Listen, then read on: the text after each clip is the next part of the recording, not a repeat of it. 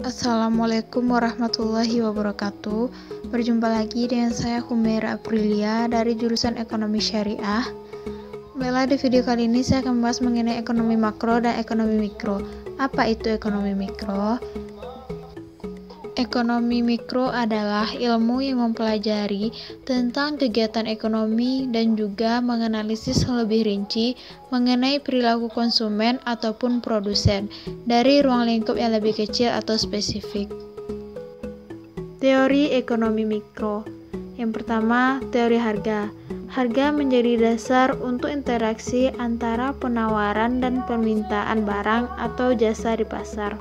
Kedua, teori produksi digunakan sebagai dasar untuk melakukan biaya produksi dan tingkat produksi. Yang ketiga, teori distribusi untuk melakukan analisis ekonomi mikro terkait dengan upah tenaga kerja, besarnya bunga yang harus dibayarkan kepada pemilik modal, dan keuntungan yang didapat produsen. Ruang lingkup ekonomi mikro. Yang pertama, interaksi di pasar barang. Pasar sebagai pertemuan atau hubungan antara permintaan dan penawaran. Pasar juga tempat antara penjual dan pembeli bertemu untuk melakukan transaksi jual-beli. Kedua, perilaku penjual dan pembeli. Baik penjual dan pembeli sifatnya rasional, di mana penjual menginginkan adanya keuntungan yang maksimal, sedangkan pembeli menginginkan kepuasan yang maksimal juga. Ekonomi makro. Ekonomi makro adalah bagian dari ilmu ekonomi yang khusus mempelajari mekanisme bekerjanya perekonomian secara keseluruhan. Teori ekonomi makro. Yang pertama, pendapatan dan pengeluaran.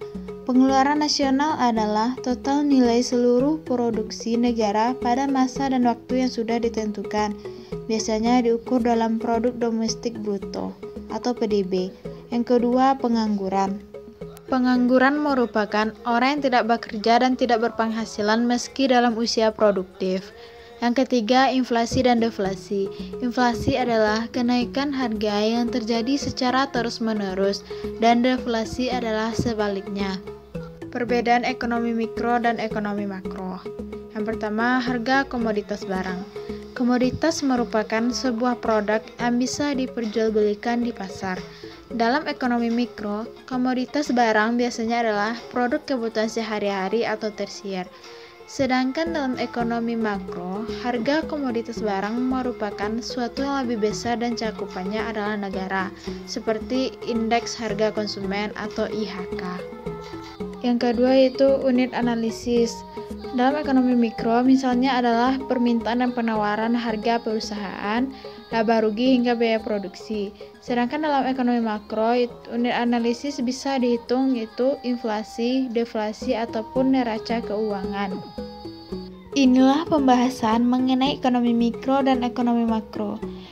Jangan lupa subscribe, like, dan komennya ya. Sekian, terima kasih.